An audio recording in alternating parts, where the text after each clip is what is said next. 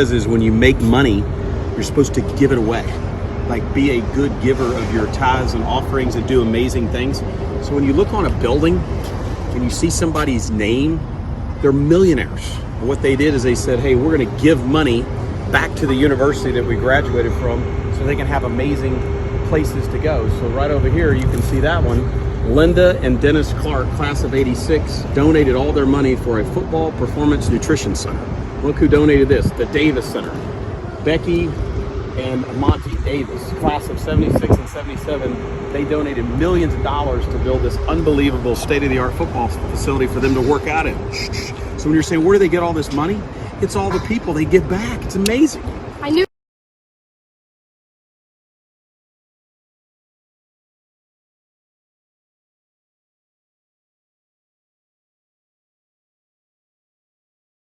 Time and energy to help build this building, the Wellness Center. Incredible, isn't it? This is where they do all their wellness. This is where they do their academic studies. Every football player that played last night on the field has a tutor in here. They make sure that no football player cannot make good grades. Because the last thing we want them to do is fail out and they can't play football.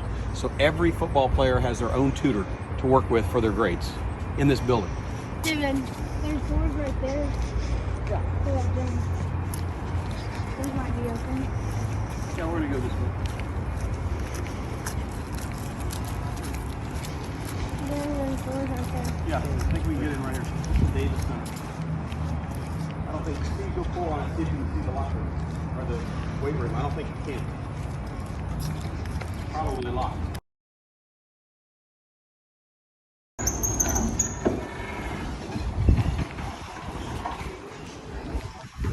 So get you fired up.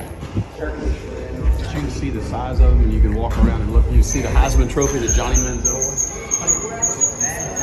Oh, we are. Oh, wow. Sorry. When do you open? Next time we're here? Or? Sometimes you can go online and schedule a tour. I know that. Oh, so never you're open to the public?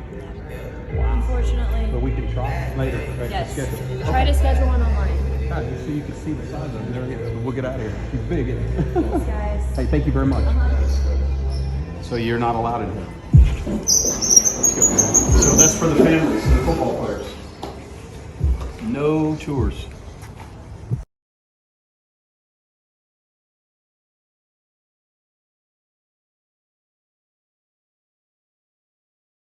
Great businesses that people think of is because, man, I need this really, really bad, right? So 15 years ago, nobody had a tailgate because they didn't want to have to deal with going and setting up a tent and doing whatever.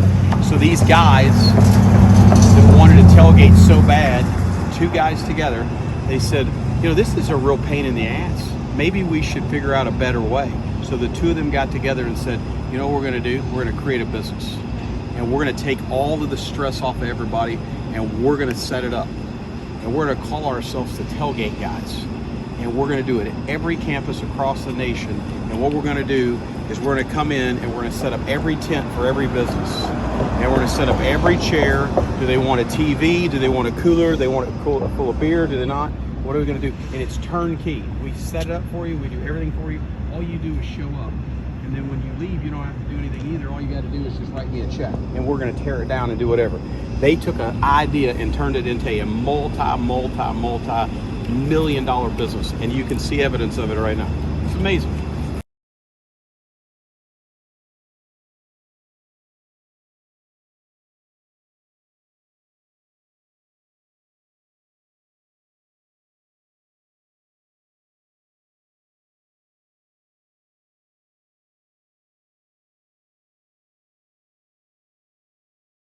Mr. President, we're delighted to do this.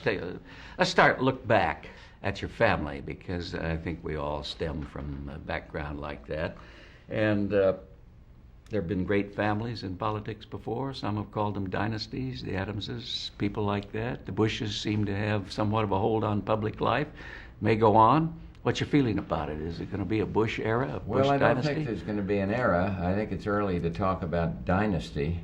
I, of course, learned a lot from my father, who served in the Senate, and then I became congressman, vice president, president. Now we have a son who's the governor of the second biggest state in the nation. another one who was almost governor of the fifth biggest state in the nation. These are three generations, but we don't talk in terms of dynasty. We don't think that way, as old Joe Kennedy might have thought.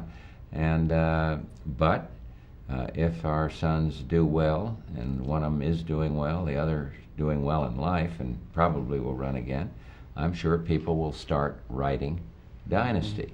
That's not what motivates these sons. Where does of that mine. come from? Well, that it's propels you more, in it's life? more of, and I got kind of teased about that when I was in the presidency, more a sense of service than it is some driving, project or issue. Did your father talk to you about it? No, Say never go into talked public about it, service? just set an example. He'd ride out on the train from New York and go be the moderator of the town meeting of Greenwich when all his business colleagues were out there drinking a martini and having dinner. And Dad set an example. He was head of the USO back in World War II, succeeding another philanthropically motivated man, Mr. John D. Rockefeller. Did it go back in his family too before that? Yes, but not in the public arena as much. Dad's father was head of a company and what I'd call one of 1,000 points of light, but not public service, not elected service that I'm familiar with. See, what did you read any books or any particular people inspire you besides your father? Well, back in Teddy those days? Roosevelt Teddy Roosevelt inspired me because I love that spirit. He came out of a privileged background, you might say. They always say life of privilege. I guess that meant his family could afford to pay the bills if he got sick and educate him, which is pretty darn good privilege. And he ventured forth to the West. He rode in the war. And Lincoln, every president respects and reads about. I can't remember the exact texts I read, but I read a fair amount about Abraham Lincoln. And you've talked about Ike also. Well, with great respect. When you With were a great little older. respect. I don't remember reading as much because we lived that one. I mean, I was a tiny little, the lowest of the low in the Navy while he was our commander. I was in the Pacific and he was over in Europe. But I mean, every sailor, whether under his command or not, had great respect for General Eisenhower. You met him later, though. No, I met him. Yeah. Met him up at Gettysburg. He was a friend of my father's. I was inspired by him. It was a steady, principled leadership, decency. I think family meant a lot to him. Yeah.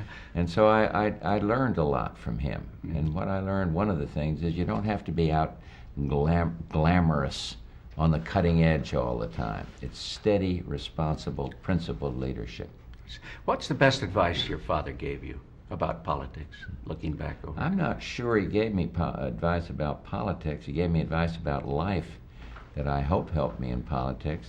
Tell the truth, be honest, work hard, try to see the other guy's point of view while sticking to your own principles. I mean, these were truisms, you might say, that we had inculcated into us growing up, my three brothers and my sister. But there came a time when you thought perhaps you would go into public life. Well, that started run for about the Congress. time my dad left the Senate, which was in 1962. He served 10 years, decided he would not stay after whatever birthday it was, after he was 70, and left the Senate of his own free will, not in defeat. And it was about that time that I started running for office. I ran in 1964 with a spectacular lack of success for the U.S. Senate.